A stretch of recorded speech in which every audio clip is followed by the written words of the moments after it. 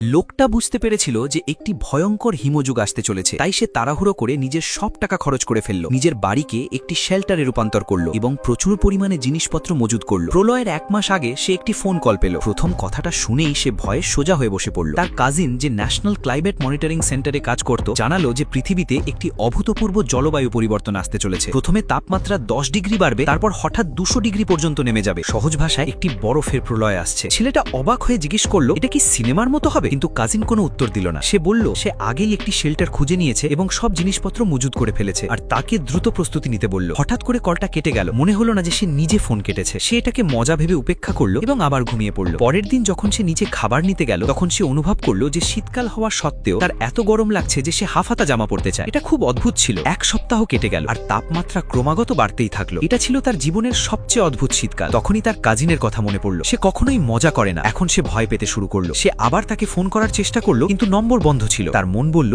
এটা কোনো মজা নয়, তাকে সত্যিই প্রলয়ের প্রস্তুতি নিতে হবে। সে সঙ্গে সঙ্গে মলে গেল এবং পাগলের মতো কেনাকাটা শুরু করলো। প্রথমে কম্বল আর ডাউন জ্যাকেট কিনলো। সে অনেক প্রলয় নিয়ে সিনেমা দেখেছিল, কিন্তু এখন যখন এটা সত্যি হতে চলেছে, তার মন ভয় আর উদ্বেগে ভরে গেল। 4 সপ্তাহের মধ্যে 1 সপ্তাহ সে ইতিমধ্যেই হারিয়ে ফেলেছে। এখন তার কাছে 3 সপ্তাহেরও কম সময় বাকি ছিল। সে এক মুহূর্ত নষ্ট করতে পারত না। সে একটি বেসমেন্ট সহ ভিলা ভাড়া নিল। হিটিং আর বিদ্যুৎ শেষ পর্যন্ত বন্ধ হয়ে যাবে, আর তখন বেসমেন্টই হবে সবচেয়ে উষ্ণ জায়গা। বাড়ির কাঠামোকে ফ্রিজ প্রুফ উপাদান দিয়ে শক্ত করতে হবে। সব দরজা এবং জানালা বুলেট প্রুফ গ্লাস দিয়ে বদলাতে হবে। সে শহরের সেরা কনস্ট্রাকশন টিমকে 3 গুণ দাম দিয়ে বুক করলো। তবুও সে চিন্তিত ছিল। প্রাকৃতিক দুর্যোগের সামনে মানুষ অসহায়। এই বিপদ থেকে বাঁচতে তাকে নিজের বুদ্ধি আর অভিজ্ঞতার উপরই ভরসা করতে হবে। তার বেশিরভাগ জিনিসপত্র পরের সোমবারের মধ্যে আসার কথা। তার আগেই সে অতিরিক্ত টাকা দিয়ে কাজ দ্রুত এবং ভালো মানের সাথে শেষ করিয়ে নিল। টিম নির্ধারিত সময়ের একদিন আগেই কাজ শেষ করে দিল। সে খুশি হয়ে বাকি টাকা দিল এবং তাদের সতর্ক করল যে তাপমাত্রা পড়ে যেতে পারে, তাই গরমে থাকতে। তারা তার কথা মানল কিনা তাতে তার কিছু যায় আসে না। প্রলয় এলে সে শুধু নিজের কথাই ভাবতে পারবে। উইকেন্ডে সে আবার সুপারমার্কেটে গেল এবং পাওয়ার ব্যাংক আর কয়লা কিনল। সে আগেই বাড়িতে ফায়ার প্লেস আর চিমনি বসিয়েছিল, তাই সে প্রচুর কাঠ আর কয়লাও কিনে নিল নিরাপত্তার জন্য। প্রলয়ের সময় মানুষের মনই সবচেয়ে বিপজ্জনক হয়, তাই সে একটি সার্ভেইলেন্স সিস্টেমও বসালো। সে বিভিন্ন ফ্লেভারের ইনস্ট্যান্ট নুডলস, সেলফ হিটিং খাবার, সব ধরনের স্ন্যাক্স এবং প্রচুর পানীয় জল কিনল। যেসব খাবার দীর্ঘদিন নষ্ট হবে না সে সবই কিনে ফেলল। যদি বাড়িতে আরো জায়গা থাকতো তাহলে সে পুরো দোকানটাই খালি করে দিত। সে টয়লেট পেপার আর দৈনন্দিন সব প্রয়োজনীয় জিনিসও কিনে নিল। যখন সে সব জিনিস বাড়িতে সাজিয়ে রাখলো, তখন হঠাৎ করে খুব একা লাগতে শুরু করলো। সে অনেক বছর ধরেই একা ছিল, কিন্তু আসন্ন প্রলয় তাকে আরো অস্থির করে তুলছিল। তাপমাত্রা ধীরে ধীরে কমতে শুরু করলো। সে আবার কাজে লেগে পড়ল। একদিকে সে নিজের আন্ডারগ্রাউন্ড বাংকারকে শক্ত করছিল,